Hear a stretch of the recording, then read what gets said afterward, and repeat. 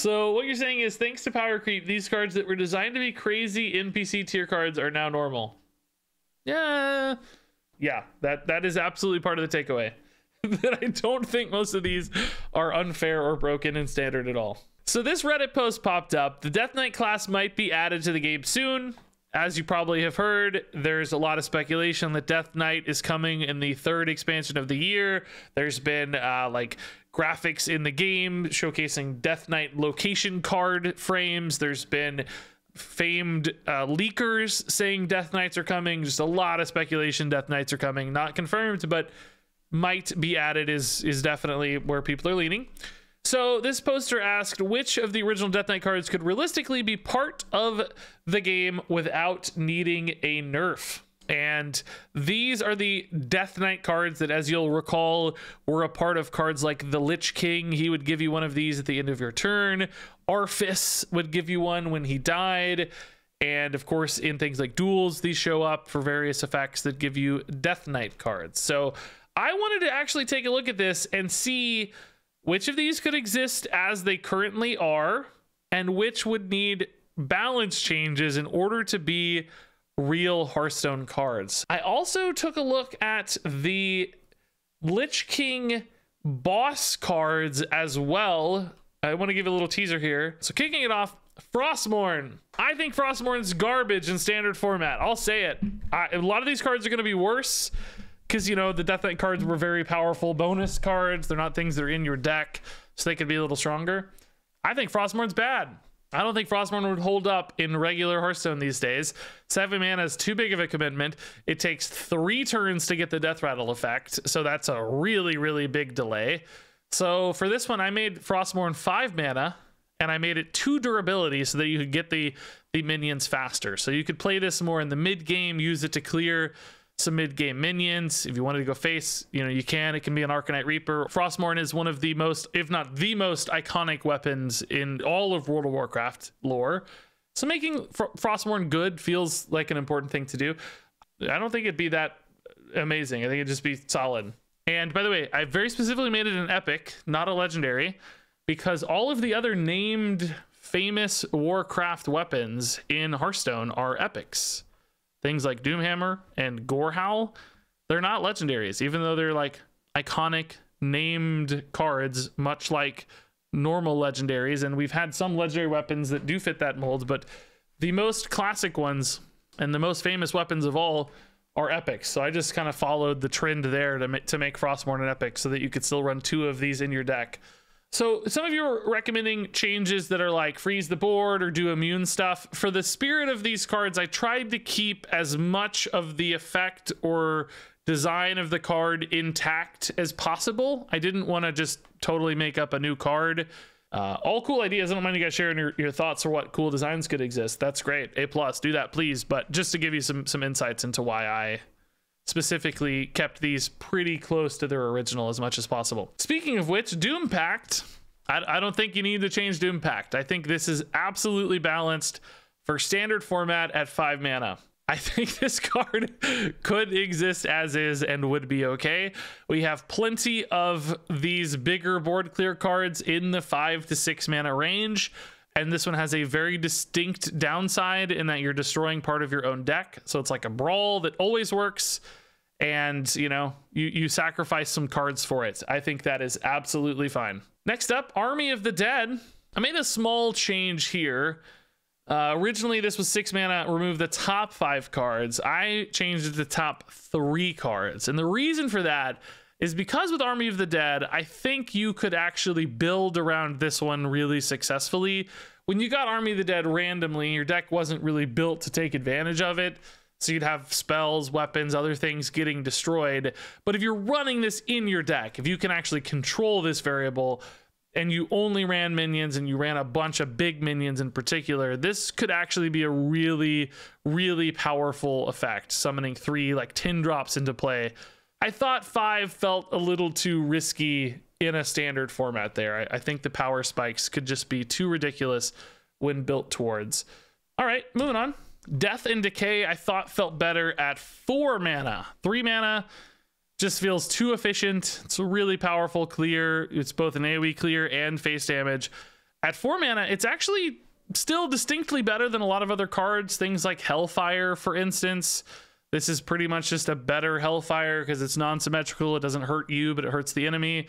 And that might give you pause, but then I was looking at, like, I didn't want to push it to 5 mana because then you've got cards like Fellfire in the hole. Like, this is very often the same effect at 5 mana. This often deals 3. I mean, not often, but theoretically deals 3 when built around at 5 mana, and it feels really terrible. So it didn't feel right to push this to 5 mana because this draws a card. This doesn't draw a card. So 4 mana actually seemed like the sweet spot. I don't think Hellfire is a card that really pushing the limit today for power level. So better than Consecration 2 for the record. I guess that's an even more obvious comparison than Hellfire. Consecration only does 2, but that can be a class balance thing too. You know, Paladin has access to Equality, for instance, which makes Consecration a really powerful pair. All right, next up is Anti-Magic Shell. I didn't feel like this needed much of a change. 4 mana did scare me a little. This is one of those where it would really depend on what the class looks like, but I could very easily see Death Knight having a lot of like little token undead minions, a bunch of 1/1 reborn stuff. I wanted to nerf it at least a little, I think, was the takeaway here. 4 felt too efficient for this sort of effect that can lock people out of a game. Because even if you look at Priest, right, like Clear Conscience, the new card from the mini set, that's a 3 mana 2/3 with this effect. And it's 3 mana for a single target buff. So I thought you had to create some distance there. This is a single minion, slightly more health.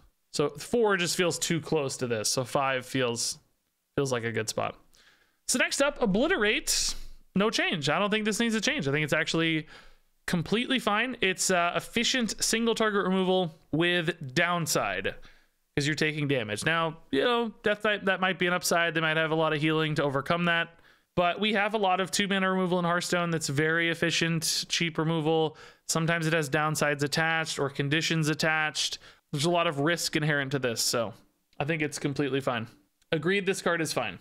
So what you're saying is, thanks to power creep, these cards that were designed to be crazy NPC tier cards are now normal. Yeah, I don't know if they're NPC tier cards. There's more of those later, but yes, the like chase bonus cards for Death Knight that used to be crazy broken. Indeed, I think a lot of them could just be normal cards now. Yeah, that is absolutely part of the takeaway. That I don't think most of these are unfair or broken in standard at all. I think it's kind of okay. Next up is Death Grip. This one started at 2 mana. I went ahead and pushed this to 3. I was hesitant to do even that. We have effects like this in Hearthstone right now with cards like Parlay. Parlay is a 1 mana card that steals something from your opponent's deck. It's not a minion though. Minion is a more specific effect, so that could help you counter things more specifically. And with Parlay, of course, they get the chance to steal something of yours, so it's counterbalanced a little bit. So I did want to create some distance between this and Parlay for those 2 reasons. It does a couple things a little bit better. Identity Theft already better? No, Identity Theft copies. This actually steals the minion, like it takes it from them. So it's also one of those cards that feels bad, much like Theatar. So you probably don't want it feeling too good or too powerful, because then it's going to feel bad for people to play against. Like, oh, they just keep death gripping my stuff, and you could run 2 of these. That's quite a bit of resources ripped, and the minion is so specific that it's got a little bit of control to it. Again, I thought 2 was okay. I wasn't too scared of 2, but 3 just felt safer because this is a real feel bad card. Death Coil. This one is really efficient at 2 mana. This is probably one of the most powerful and efficient Death Knight cards of all. 2 mana deal 5 is outrageous, and it also has tons of flexibility because it can be a heal as well. So I went ahead and just doubled the mana cost, and 4 frankly is still not bad. 4 puts it in like fireballish range, but can still heal. So that flexibility, like, of course you don't want to pay 4 mana to heal yourself, but having the option to is sometimes very, very valuable. 3 mana seems more balanced. All the other 3 for 5s had downsides or conditions and no flexibility. I would hear 3.5 mana if that were an option. I think 3.5 would be okay, but I don't feel like 3 is right. Maybe if you want to go to 3, it could do 4. 3 for 4 I'd be more okay with. There's really not that many that can go face 3 for 5. Kill Command, Lava Burst were the 2 that came to mind for me. Shadow Strike sometimes.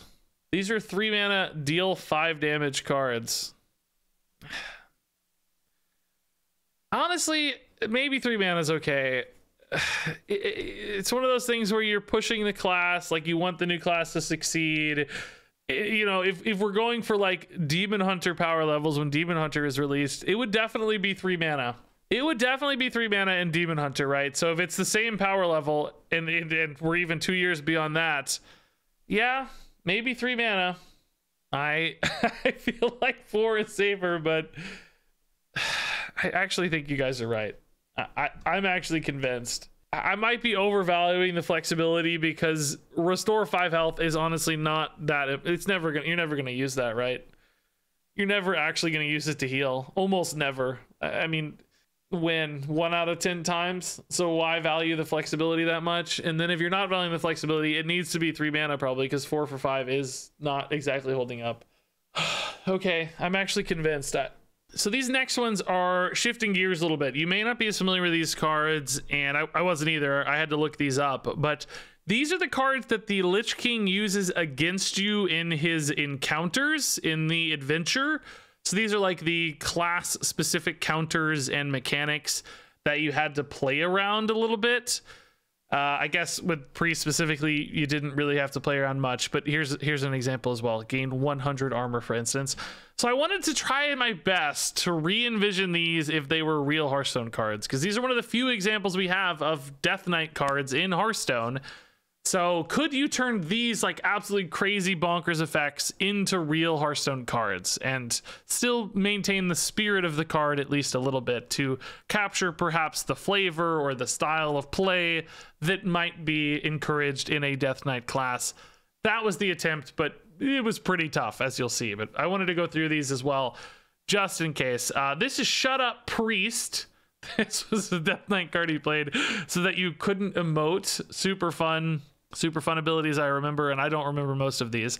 But I wanted to change it so that it could be real Hearthstone cards, so I made it Fool, because not everybody's a Priest. Maybe you could keep it Priest, who cares? But I made it Silence a random enemy minion, and still, your opponent can't emote. I thought keeping that flavor was pretty fun, and could be nice to have in the game, too. It's we got the squelch button, but just them knowing that they're squelched and they can't emote is worth a lot. I think that's worth the bonus. And I wanted to give it a silence, of course, to make the card itself worth it. Silencing a random enemy minion sometimes will be the same as just having a targeted silence, because there's that one big death rattle you need to hit, but otherwise could be kind of weak. So this is one of those more like fun things, clearly not very powerful, but keeping the card. You could make this 0 mana, frankly, and it wouldn't hurt anybody. You could make this 0 mana and maybe silence 2 enemy minions. You could maybe make this 0 mana and silence all enemy minions and it would still be balanced, but I just kept the cost the same. This one was really, of course, more about the fun than anything else. So let's talk about a real one. This is the True King. I do not remember this at all, but it gave the Lich King apparently 100 armor. Clearly 1 mana gain 100 is not balanced. I thought about just making this 1 mana gain 10 armor, but that just seemed like such a boring design. It seemed so silly and unfun that I didn't really want to do that. Armor may not be as useful for something like Death Knight as it is for warriors. That could be even more balanced. So I made this a little bit more conditional for something I think that would be a Death Knight mechanic, which is when stuff dies, you get bonuses. So maybe that's you killing off your own minions because you've got hordes of ghouls, or maybe you're sucking the souls out of your opponent's stuff. But basically, them dying in a given turn gives you a nice armor bonus. Just a nice, efficient little armor gain. I don't really think this card's that good either, honestly, because most of the time it's going to be like 4 or 5 armor at best. But maybe if you have enough pieces here that are synergizing with stuff dying, maybe other bonuses that synergize with things dying, you could see this fueling a cool deck. And Fuse plays into that pretty naturally nowadays too. 2 armor per minion. I do like 2 armor per minion better, yeah.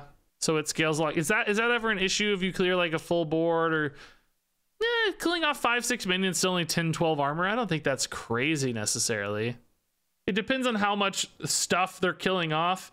You could imagine like rush reborn minions in these boards of 7 or 8 things dying at a time if they really have crazy swarms of minions. But if not, in that scenario, 2 armor per feels reasonable. As Zeke says, if DK is token based, 2 armor is busted. Yeah, that's kind of what my thought was too, but you don't know if that's going to be the case. But I'm with you. That's what I think too. 2 scales pretty fast. If you have 6, 7 things dying, it's like, oh god, that was a monster efficient heal. All right, next up was the price of power. Destroy every spell in your opponent's hand and deck. Obviously, that is obscenely, unreasonably good in modern Hearthstone. I mean, just literally just wipes out everything. That can't exist. So I tried to balance it. I don't know if I did still. What do you guys think? This is destroy all spells over there. So that's yours and your opponent's. I couldn't fit your opponent's hand and deck in 4 text lines. So this was a shorter way to write the same effect, basically, I think, anyway. Although it also hits yours, which was I thought was important. It needed to wipe out yours as well, I thought, for symmetry's sake. But also deal 3 damage to your hero for each destroyed. So basically, if there are 10 spells and you have a normal health total, non-Renathal, or no armor, you're dead. But I thought that was important because this is obviously a completely insane effect. It just wipes out innumerable cards, effectively. So it needs to be something you can't play early, and it needs to have a lot of risk where you're scared if you play it, you're going to die. So you need to wait until much later in the game and find some tipping point where you think it's safe to play and you're still going to realize some sort of upside on it. Even then, I think it's still pretty scary, but it needs to be something that can't be free to play. It has to be incredibly difficult to play.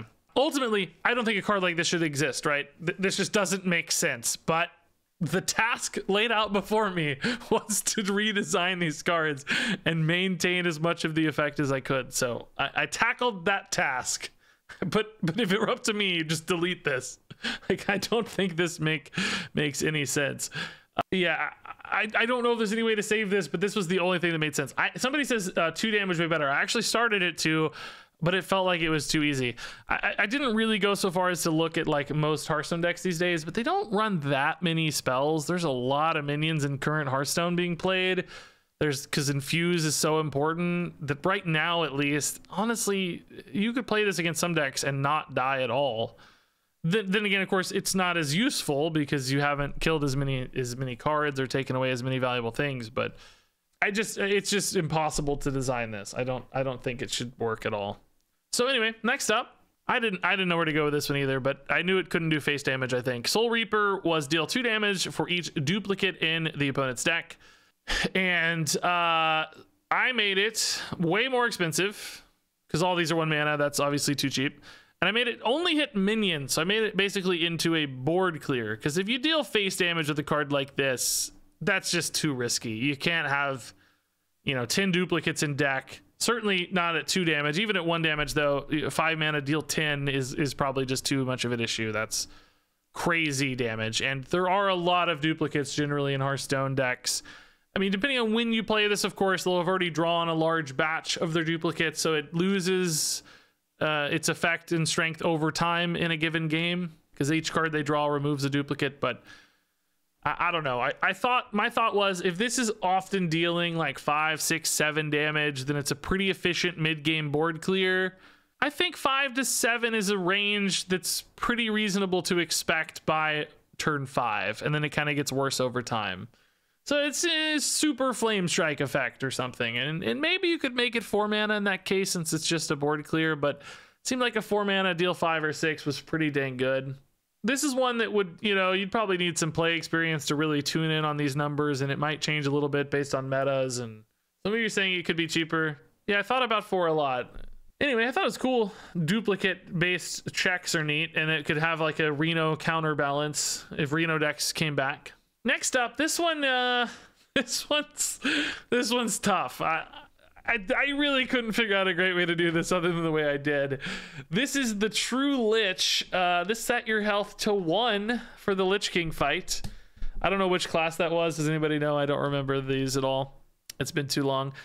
So if this were a real standard card, it shouldn't be, number 1. But if it were, this was the only way I thought that would be reasonable at all to set your health to 1, is if you immediately had to stop playing, so it ends your turn, and then you also skip your next 3 turns. So basically, you're saying to the opponent, look, I am going to give you 3 turns. You better heal or you better kill me. And Honestly, at 1 mana, this might actually be too good on turn 1. A lot of decks could play this on 1 and skip their 2, their 3, and their 4 and just ping you to death. So it might need to be like 3 mana to start. That's why I made it a legendary, so it'd be very unlikely to find on turn 1. You'd quit the game if this were a card. 10 mana? Well, if it's 10 mana, I don't think you need to skip the next 3 turns. I think you could remove turns as you increase mana, perhaps at some points. 5 and 10 maybe. Set the opponent to 10 mana crystals. Set the enemy hero's health to 1 and mana to 10. Skip your next 3 turns. There's a lot of text to fit here too, honestly. Should be a quest reward. That's a cool idea, so that it takes some work to get to it. Yeah, I think it's doomed. I don't know. I think this is a toxic, much like the other one, I think this is just a toxic idea if you're actually trying to set it to 1. Okay, this one, man, I don't know. This one's really tough for me. I think this could exist. I think this is a reasonable card. It's Purge the Weak, destroy all enemy minions that cost 3 or less wherever they are. So both a board clear and, of course, wipes your deck of small stuff. Symmetrical effect as well. Oh no, that's enemy minions. Never mind, not symmetrical. Only enemy minions. So you get to protect your deck. So I thought this had to be way more expensive, of course, because if you did this early in the game, a lot of decks would just lose 80% of their cards or more, right? Aggro decks would just completely be erased from existence. But I thought if you made the mana high enough, it would actually be okay. It's a really destructive effect, because also keep in mind, it's actually not just aggro decks. There's a lot of control decks that run small cards like brands and stuff too. So there's a lot of disruption value baked into this on top of any sort of necessary board reaction. You have to also respect how much it can disrupt game plans. Yeah, I should actually, legendary is a good point. Like, you probably don't really need this to ever be a 2 of. That's fair. It could definitely be a legendary because it's more or less a one-time effect. Theoretically, like I said, with Topior boards and token summons, there are reasons to have 2 of these if you want to use it to clear the board or shuffling stuff into deck. Like, there's technical upside to 2 of these, but I do think this would be a very good fit for a legendary card. Yeah. Spells as well for 8. Okay, you guys are, dude, I think that would be like imagine how much trouble people had with Ticketus, right? Ticketus was absolutely the most bemoaned card. Imagine the frustration with this thing. Now, listen, there is a counterpoint. Hello, Mrs. Killman. Good timing tonight. We'll have to yell at you tonight. Get out of here! You gotta go! Now, there is the argument, like, you could say, oh, you're thinning their deck out, right? Like, you're just giving them their big stuff. But I don't think that's really how Hearthstone works anymore. There are so many good low-cost cards that people rely on, both to fill in curves, and they just have powerful effects. I guess I don't know. Anyway, we got to move on. We've talked about Purge the Weak too much. So, okay, this might be, we got 2 left. Okay. Fallen Champion. So I guess the Lich King, let's see, whenever an enemy dies this game, take control of it. Now, I don't remember this fight very well in the Lich King fight. Based on the reading of that doesn't make sense to me. Take control of a dead minion. I don't understand that. Did he just summon a fresh copy of it? Is that what it means by take control of it? Summon a plain copy of the minion. Okay, so that's what I figured, because it doesn't really make sense to take control of a dead minion. But anyway, so this game effect obviously would be way too strong. So I made it this turn. I have no idea how much this should cost, by the way. The problem with this is you have to consider 2 things. This procs off you trading in your minions. So like if you trade something in and kill it, you're going to get a fresh copy of it.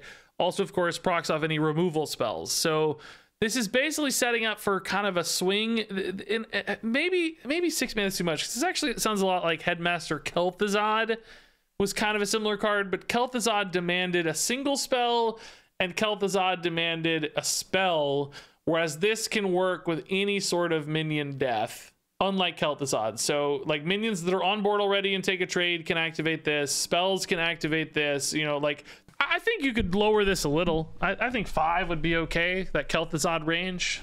The fact that you could trade stuff in to activate this, it needed to be a little bit expensive, but I'm thinking 6 feels a little too high. If we're gonna push, if this were a new class, they wanted to push it, 4 or 5 actually seems better to me. Alrighty, so the final card here is Necrotic Plague. In this one, the Lich King boss would set minions in your opponent's hand and deck to 1/1. And man, with the deck effect in particular, I don't know what this has to cost. It's weird. 10 mana doesn't really feel playable because you're not reacting to the board at all. So you kind of have to be either equal or ahead on board, but also any cheaper and it feels like you're just completely destroying your opponent's chances to win because they have like no threats. Battle cries and stuff are okay, I guess, but a lot of their minions would just be completely neutered as 1/1s. So you wouldn't want this to be particularly cheap either.